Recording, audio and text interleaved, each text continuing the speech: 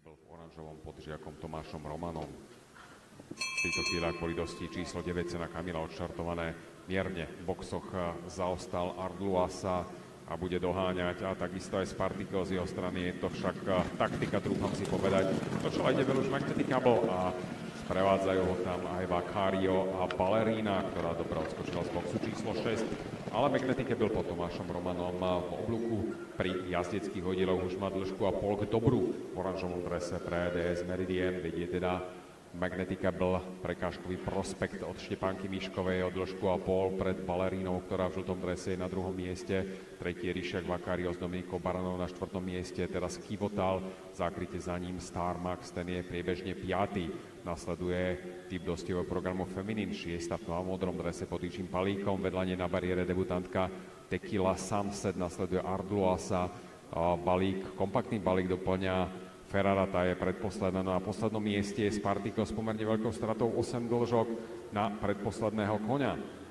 Dostihok vedie Magnetic Kabel, ale teraz ten trošku obieha, dá sa povedať, že zámerne Tomášom Romanom navigovaný do vonkajšej stopy, ale teraz je už opäť pri bariére. Magnetic Kabel, Ballerína, Star Max, ten je na 3. mieste a posúva sa bližšie. Takisto aj Feminin má dobrú fázu a už je 4. Dve dĺžky od vedúceho koňa. Magnetic Kabel, ale Ballerína v týchto chvíľach angažovaná a povzbudzovaná Davidom Líškom preberá vedenie. Star Max je na 3. 4. mieste a Feminin teraz pod Ižím Palíkom preberá vedenie. Feminin, typ dostihov programu, už je v čele a na mete 150. Feminin sa odpútava od zbytku štartového pola, z ktorého ešte Arduasa útočí a možno Spartikel, ale Feminin pomerne suverene zvíťazí. Na druhom mieste Arduasa, Kivotal 3., Spartikel 4., Star Max 5. a Ferrara na 6. mieste. Tak zostávateľ dostihového programu to videl veľmi presne. Feminin už musí zvíťaziť, bolo napísané v dostihovom programe. V 5. štarte v kariére zaznamenala víťazstvo na pôde 4. kategórie na 1800 metrov. Dve dĺžky od vedúceho koňa. Magnetic Kabel, ale Ballerína v týchto chvíľach angažovaná a